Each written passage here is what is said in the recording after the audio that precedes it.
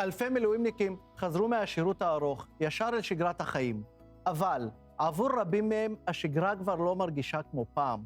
חרדה, עומס רגשי וקושי לחזור לתפקידים בבית ובחיים. מה הסימפטומים כדי לזהות שיש בעיה ואיך מתמודדים איתה? כדי לענות על זה, הזמנו את סימונה אפשטיין, מאמנת אישית ומנטלית, בעלת עסק אימון לשינוי מנצח. שלום לך, סימונה. שלום, שלום. מה שלומך? בסדר גמור. העבודה המדהימה שאת עושה, גם רגשית עם מכלל האוכלוסייה, ובמיוחד עם המילואימניקים שלנו. כן. מילואימניק חוזר הביתה. מילואימניק, צריך לדעת שמילואימניק חוזר הביתה, לפעמים הוא חוזר אחרי 200-300 ימים, סבב אחד, סבב שני, סבב שלישי. שגרת החיים מבחינתו השתנתה, שגרת החיים היא אחרת, היא שונה ממה שהוא היה, מאיפה שהוא היה. שדה הלחימה נראה אחרת פתאום מול הבית. זה נראה לו פתאום שהכל שונה, אבל לאט לאט הוא מבין שהקירות והאנשים לא השתנו. את אומרת, חוזר לאותה מציאות עם ראייה שונה. לגמרי, לגמרי. וכאן הוא מתחיל תוך תהליך להבין שמה שהשתנה, השתנה משהו בו. ואז אותו מילואימניק מגיע אליי. יש שני סוגים של מילואימניקים שמגיעים. לפני שהמילואימניק הגיע אלייך, כן. מילואימניק יכול באמת לזהות בעצמו שמשהו השתנה אצלי, או שלרוב את מזהה שהסביבה מזהה שמשהו קרה אצלו. האם את יכולה שנייה לתת את הדגש על התסמינים, על הסימפטומים? מתי אנחנו מבינים שהמילואימניק לא חזר חזרה חלקה, צריך לעצור ולטפל? שמילואימניק חוזר, והשינה שלו בלילה היא לא שינה רציפה. והוא מגיע, והוא קם בבוקר, והוא עייף, והוא מגיע לעבודה, ואומרים לו, ברוך שובך, ולא מקבל תשובה, כן, הסביבה, כן, מבינה שיש פה משהו שהוא אחר. ואם זה בבית, אם זה בזוגיות, אם זה מול הילדים, משהו מתנהל אחרת.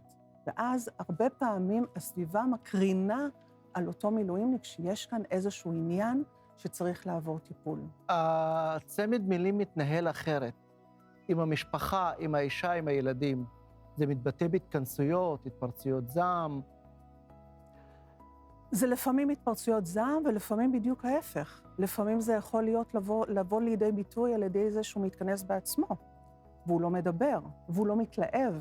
כלומר, להכין סנדוויץ' בבוקר, זה נראה פתאום משהו נורא, כאילו, מה בכך? או לחפש גרביים תואמות, כלומר, לעומת מה שהיה שם בשדה הקרב, זה משהו שהוא מתמודד איתו. גם קצב החיים מאוד משתנה, אתה חי בשדה הקרב, הכל באטרף, טק, טק, טק, טק, טק, טק, חוזר הביתה ומציאות אחרת וקצב אחר. הקצב הוא לגמרי שונה.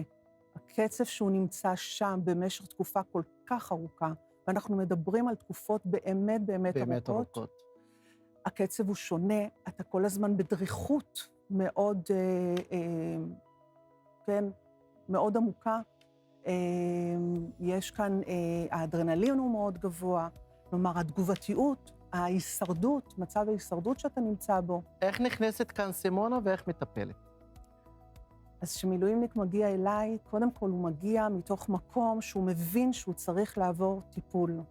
ואז יש איזשהו מקום של המון אינפורמציה, שהיא מאוד מבולבלת. אפשר לראות את הכאוס שבו הוא נמצא, דרך המידע והאינפורמציה שאיתו הוא מביא.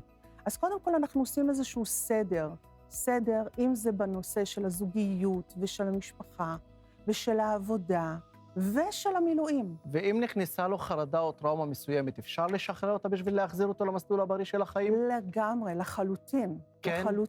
לחלוטין. אני מכיר מקרים שהגיעו לסימונה וקיבלו מענה מדהים. כן. בשביל זה את פה. כן, לגמרי. ברגע שאנחנו מזהים, כן, מדייקים בדיוק את אותה נקודה של חרדה, את אותה נקודה של טראומה, שאיתה הוא מסתובב, אז אנחנו בהחלט, העבודה שלי... והמענה יכול להיות מיידי עם המענה שאת נותנת? שאני אוכל באמת לחזור לחיים? לגמרי. כן? התהליך עצמו הוא בין 10 ל-20 מפגשים.